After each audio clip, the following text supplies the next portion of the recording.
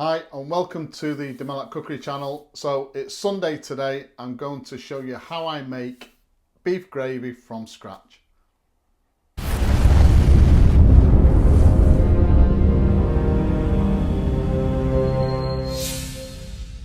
Right, so I'm making a beef Sunday roast. I'm not going to show you how to do the entire meal. My videos are long enough as it is, but I'm going to concentrate on the actual gravy. A lot of people have asked. I did a video quite a few years ago on beef gravy. The technique that I use has changed slightly, so I think it's worth an update. A full list of ingredients will be given at the end of the video. Let's have a look at those ingredients now and anything else we're going to need for today. Right, so the ingredients, it looks a lot here, but part of it is actually for the meal.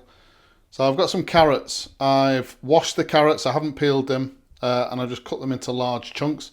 All of the veg should be cut into very large chunks. I've got 2 large sticks of celery. Again, I've washed them, cut them into large pieces. That's our beef. Obviously, we can't do it without that. Got a couple of small onions, again, which I've peeled and cut into large chunks.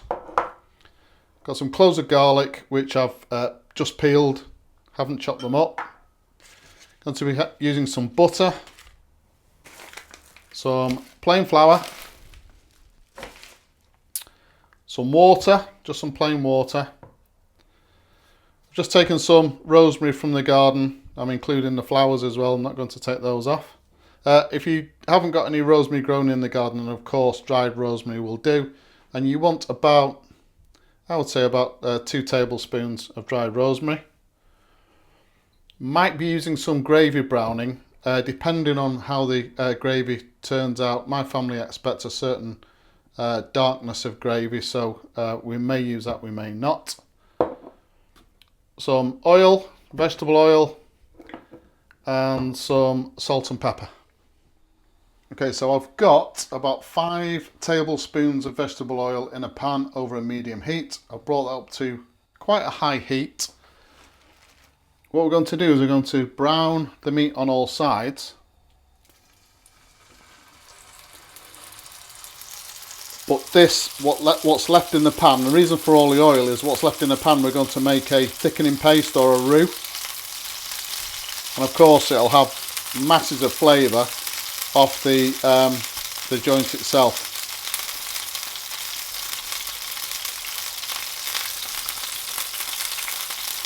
So this doesn't actually seal the meat.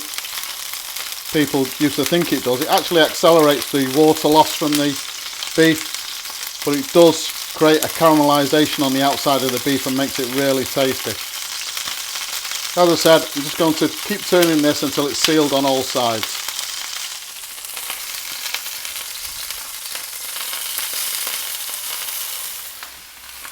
Right, so I'm just going to reserve this to one side.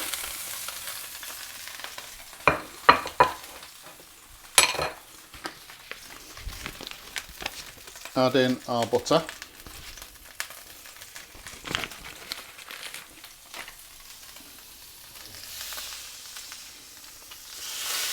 Already smells amazing.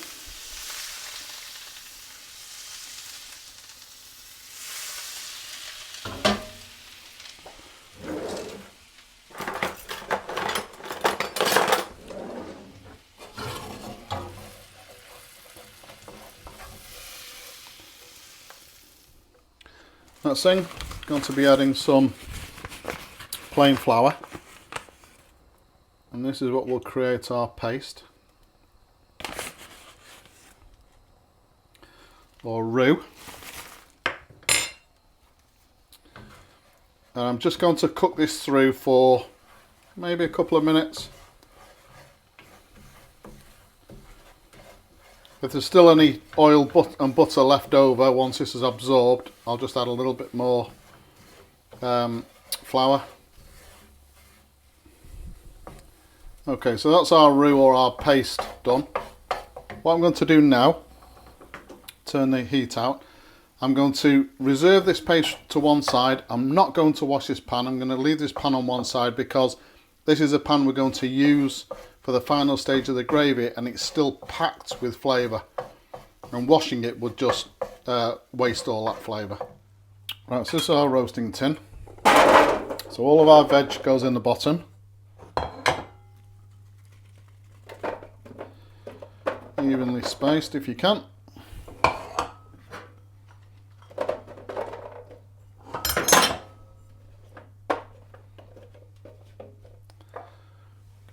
Garlic cloves.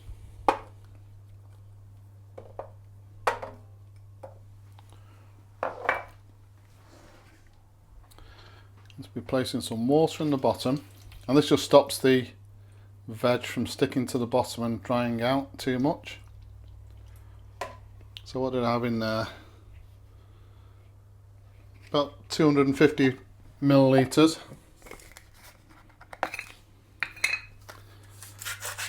I've got to generously season the veg.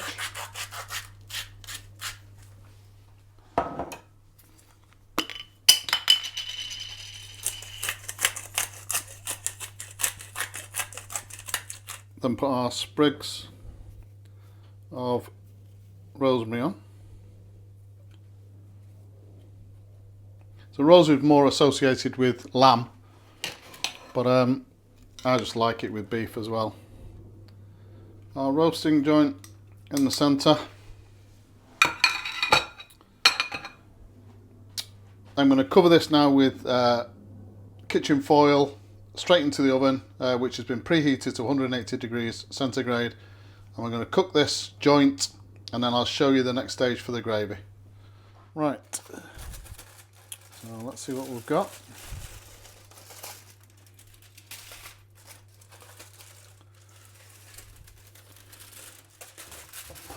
Right, I'm going to reserve this beef to one side.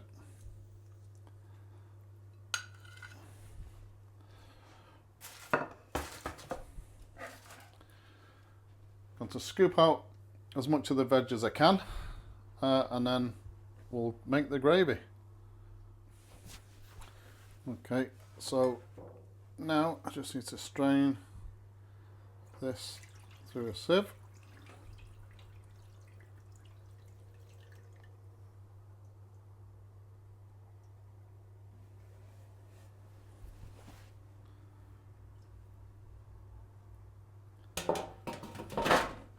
I'm just going to bring this up to a gentle simmer.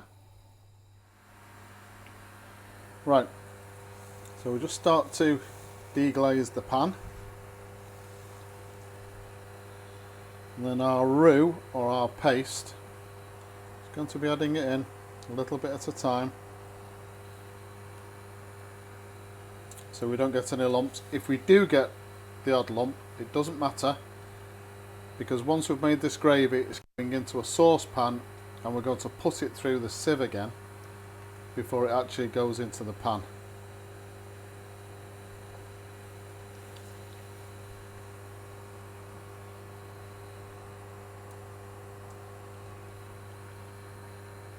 Like I say, just do this a little bit at a time. So now it's started to thicken. I've moved to a whisk,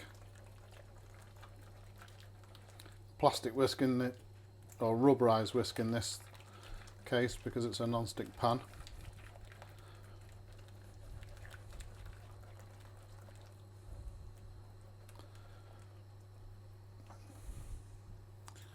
Just a little more, I think. Any roux or paste that's left over, I'm going to place it into a sandwich bag and freeze it. And obviously we can use that again.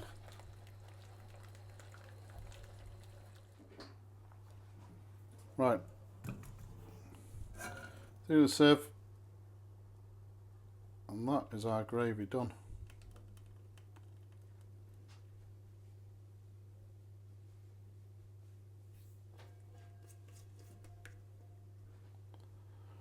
I'll just get a spatula for that last bit.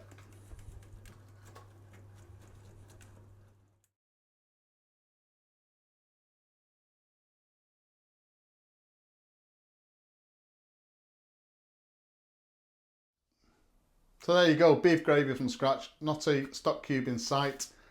Please subscribe to the channel, and as usual, if you've enjoyed this particular video, hit the like button. Thank you very much for watching.